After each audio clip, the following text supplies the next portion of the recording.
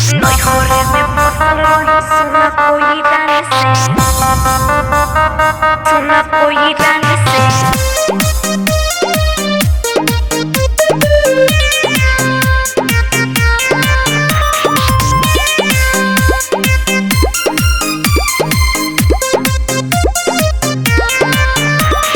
नैहरे के लोग तोहर कहत रहे गाँव के सब केहू जाने तोहर बिगड़ल छाव के सच्चे बताब हो जीवना चराब हो पाड़ू में हर खाली नाम के नैहरे में फसल रही सुना कोई रंग से ए जी सुना तानी ना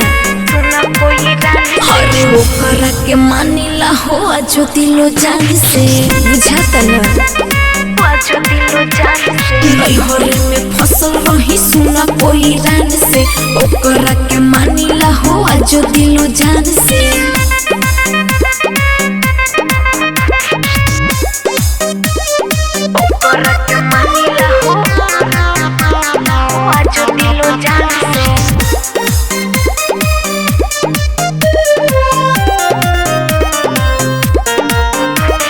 छोड़ला में तोहरा बेकारे बा रखेला आजो तैयारे है बा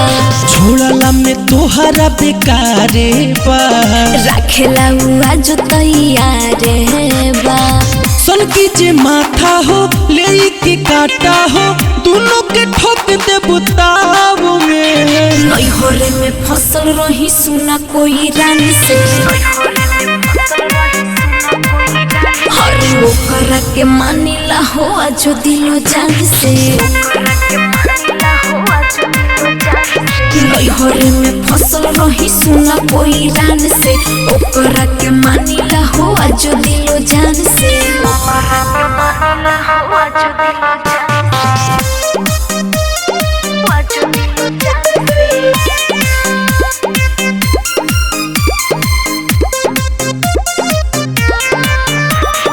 चूड़ी हमर नाम के न खन की हो दीपक प्रियांशु जाई सन की हो चूड़ी हमर नाम के न खन की हो दीपक प्रियांशु जाई सन की हो पहले से कहलू ना अब तू तो रहलू ना लायक गुलशन गुलाब के नैहरे में फसल रही सुना कोई रान से हरे ओकरा के मानिला हो आजो दिलो जान से